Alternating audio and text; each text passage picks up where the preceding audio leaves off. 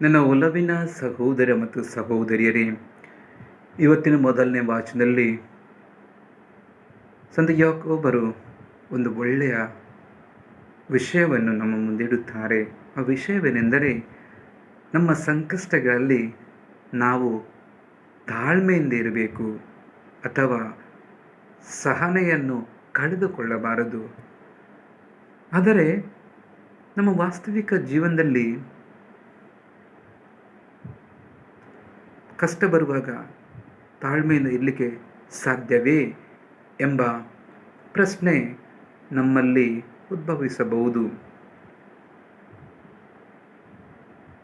ಒಂದು ವೇಳೆ ಸಂಕಷ್ಟದಲ್ಲಿ ನಾವು ತಾಳ್ಮೆಯನ್ನು ಕಳೆದುಕೊಂಡರೆ ನಮ್ಮ ಸಂಕಷ್ಟಗಳು ಕೆಲವು ಸಲ ದುಪ್ಪಟ್ಟುಗೊಳ್ಳಬಹುದು. ಪ್ರಿಯರೇ, ಹೇಗೆ ಸಂತ ಯಾಕೋಬರು ಆ ಒಂದು ನುಡಿ ಮಾತು ಅಥವಾ ಆ ಗಾದೆಯನ್ನು ಉಚ್ಚರಿಸಿದ್ದಾರೆ. ನಾವು ಕೇಳಿದ್ದೇವೆ ಹಲವಾರು ಸಾರಿ. ತಾಳಿದವನು ಬಾಳಿಯನು. ಯಾರಲ್ಲಿ ಸಹನೆ ಇರುತ್ತದೆ, ತಾಳ್ಮೆ ಇರುತ್ತದೆ, ಅವನು ದೀರ್ಘಕಾಲ ಬಾಳುತ್ತಾನೆ.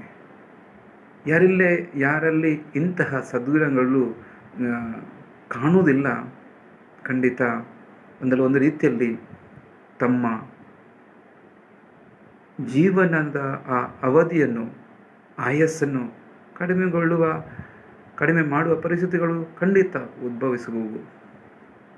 ಅದಕ್ಕೋಸ್ಕರ ಆತ್ಮೀಯ ಸಹೋದರ ಮತ್ತು ಸಹೋದರಿಯರೇ, ಹೇಗೆ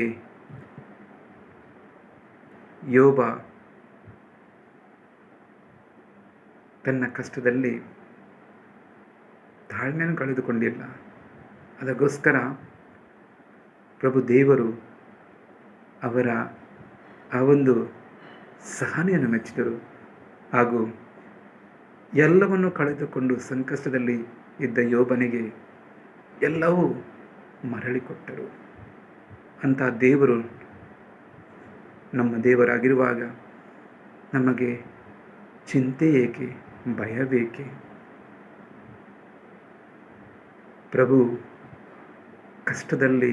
ನಾವು ಕಷ್ಟದಲ್ಲಿ ಇರುವಾಗ ಸಂತೋಷ ಪಡುವುದಿಲ್ಲ.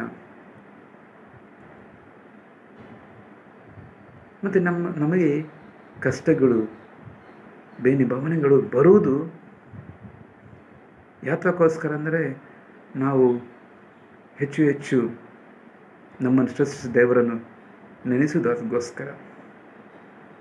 ಒಂದು ವೇಳೆ ಕಷ್ಟವೇ ಇಲ್ಲ, ರೋಗವೇ ಇಲ್ಲ, ನಾವು ದೇವರನ್ನು ನೆನೆಸಲಿಕ್ಕೆ ಸಾಧ್ಯವೇ? ಎಲ್ಲವೂ ಸರಿಯಾಗಿದ್ದರೆ ದೇವರನ್ನು ದೂರ ಇಟ್ಟುಕೊಂಡು, ದೇವರು ನೀನು ಅಲ್ಲೇ ಇರು, ನಾನು ಆರಾಮಾಗಿ ಹೋಗಿದ್ದೇನೆ. ಆದರೆ ಕಷ್ಟಗಳು ಬರುವಾಗ ನಾವು ದೇವರನ್ನು ಸ್ಮರಿಸಬೇಕಾಗುತ್ತದೆ. ಯಾಕೆಂದರೆ ಕೆಲವು ಸಲ ಜೀವನ ಮತ್ತು ಮರಣದ ಮೇಲೆ ಆ ಒಂದು ಸಂಘರ್ಷ. ಪ್ರಿಯರೇ, ಕಷ್ಟದಲ್ಲೂ ಸುಖದಲ್ಲೂ ನಾವು ತಾಳ್ಮೆಯಿಂದ ಸಂತೋಷದಿಂದಿರೋಣ. ದೇವರ ಇಚ್ಛೆಗೆ ನಾವು ಮಣಿಯೋಣ. ಯಾಕೆಂದರೆ ದೇವರ